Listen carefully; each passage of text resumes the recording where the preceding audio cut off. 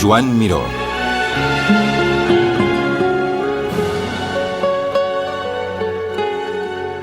Nacido en 1893 en Barcelona, España, Joan Miró pertenecía a una generación enfrentada a todos los ismos heredados del siglo XIX que habían liberado a la pintura de su trabajo de retratar modelos reconocibles. Sin embargo, cuando Miró ya estaba preparado para abrir las puertas del mundo del arte, el cubismo ya se había desmontado y había reconstruido el espacio del cuadro y sus modelos, y Dada acababa de dinamitar el significado del arte. Les Fauves habían dejado de usar la pintura para enseñar la naturaleza, y habían empezado a usar la naturaleza para enseñar la pintura. En pocas palabras, se había atacado al mundo del arte académico y ya se habían formado algunos campamentos enemigos. Los artistas jóvenes tenían que decidir a quién prestaban lealtad, y entonces tenían que encontrar su propia identidad artística. El padre de Joan Miró era un orfebre y relojero de Tarragona.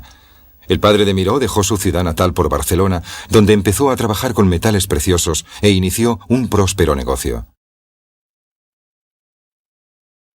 Era la hija de un ebanista de Palma de Mallorca. Siendo un niño reservado y soñador con una salud muy frágil, Miró fue un mal estudiante en la escuela. Empezó a asistir a clases de dibujo a los 7 años. Ese mismo año empezó la tradición del viaje anual a casa de sus abuelos, con lo que cambiaba la ciudad de Barcelona por un entorno más provincial y catalán. Los habitantes eran simples granjeros. Los numerosos cuadernos de esbozos que Miró guardó de su juventud muestran precisas aunque ordinarias observaciones de las calles del pueblo y de la arquitectura, como si intentara memorizar los sitios que veía.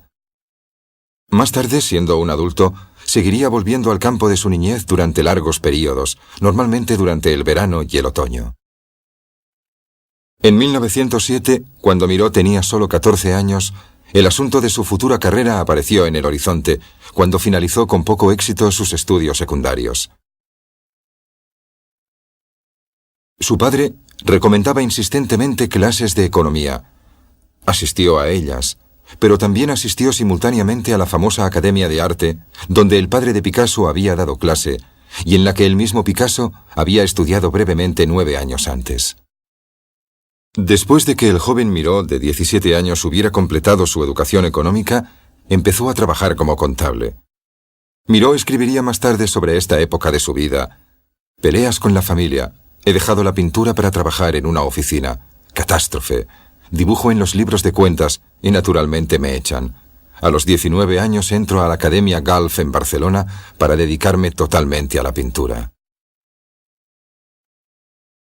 Aunque la familia de Miró estaba en una buena posición económica, no querían mantener a Miró demasiado generosamente para que se convirtiera en artista. En 1915 Miró entró en los militares en Barcelona durante un corto período y completó el servicio obligatorio durante 3 meses cada año hasta 1917. Vista de Mont-Roig, 1917. Pasaba el resto del año trabajando en un estudio en Barcelona que compartía con un amigo, y en Mont-Roig, un pueblo de la provincia de Tarragona, donde su familia había comprado una masía en 1911. Mont-Roig se convirtió en un centro de autenticidad contra el que Miró medía el poder de su arte. Las primeras obras de Miró están limitadas por sus conocimientos del arte contemporáneo. Les Fauves fueron su principal influencia, ese grupo de coloristas expresivos que iban más allá de la visión de Van Gogh y cuyo miembro más famoso fue Henri Matisse. Miró usó los géneros aceptados del bodegón, los retratos y los paisajes para ejercitar su estilo de novato.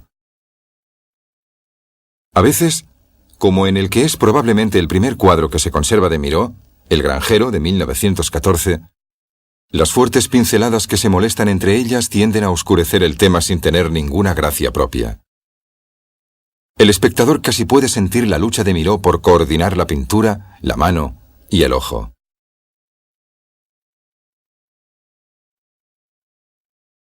Su primera exposición individual en la Galería Dalmau duró 3 semanas, entre enero y febrero de 1918, y contenía 64 lienzos y varios dibujos de entre 1914 y 1917.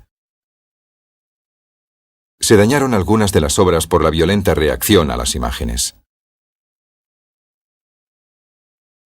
Quizás Retrato de E.C. Ricard, de 1917, estuviera entre los cuadros expuestos. Mostraba un grabado japonés en el fondo con los brillantes colores del efod. El audaz diseño abstracto de la ropa de Ricard casi aplasta las delicadas y fluidas líneas de la imagen que tiene detrás. La cara parece de dibujos animados, pero también recuerda a los retratos románicos en la estilización de las líneas y su representación frontal. En Siurana, de 1917, pintado en un paisaje montañoso cerca de Montrouge, Miró ha dejado a un lado la paleta de la naturaleza. Las pinceladas individuales se han integrado en un ritmo de colores brillantes y rotos que se hunden y se elevan en grupos de modelos planos y con rayas. Miró casi ha conseguido un espacio ilusorio. Parece estar probando diferentes teorías del color en su contraste abstracto de amarillos, verdes, azules y violetas. Otra obra de 1917, Norte-Sur, un bodegón, revela algo del pasado cultural e inspirador de Miró. Dispuesto en un centrifugado de color, un mantel. Hay rastros de arte folk, de canciones, crecimiento, collage y literatura. Desnudo de frente. Más tarde, en 1918, Miró y algunos de sus amigos acabaron por formar su propio grupo dentro del Grupo de Saint-Luc, grupo que bautizaron con el nombre de Gustave Courbet, al que admiraban por su radicalidad. La Masía, 1918. Desde julio hasta principios de diciembre de 1918, Miró continuó en Montrouge. Pintó 4 paisajes de los alrededores de la granja, el jardín vegetal con burro, la fábrica de ladrillos, la casa de la palmera y las huellas del carro. El jardín vegetal con burro es rico en detalles, reflejando el interés de Miró por las cosas pequeñas. Las huellas del carro. Joan Miró dijo de este cuadro: es una lenta apreciación de múltiples matices, se concentra en la gloria del sol. Es un placer esperar el entendimiento de una brizna de césped en el campo. Esa brizna de hierba es tan hermosa como un árbol o una montaña.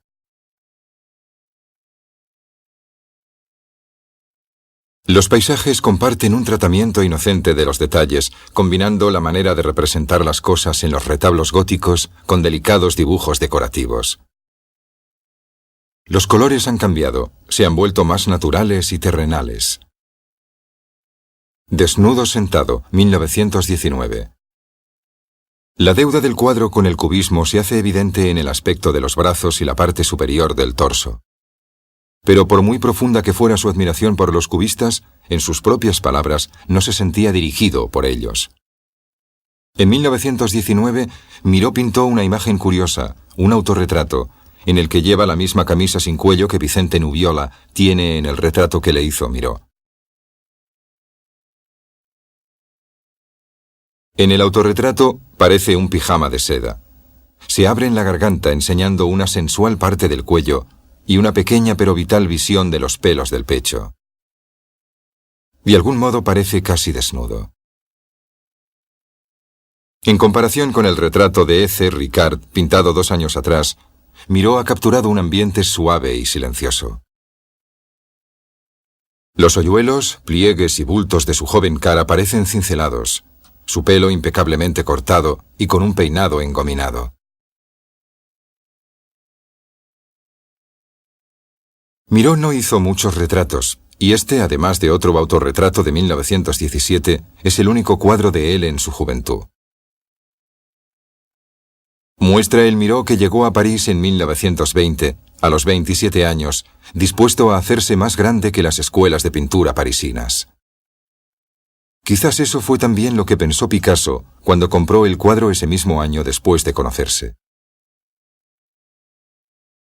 Un gran contraste entre la base del cuadro y las cosas que se representan se ve en La mesa o Naturaleza muerta con conejo, de 1920.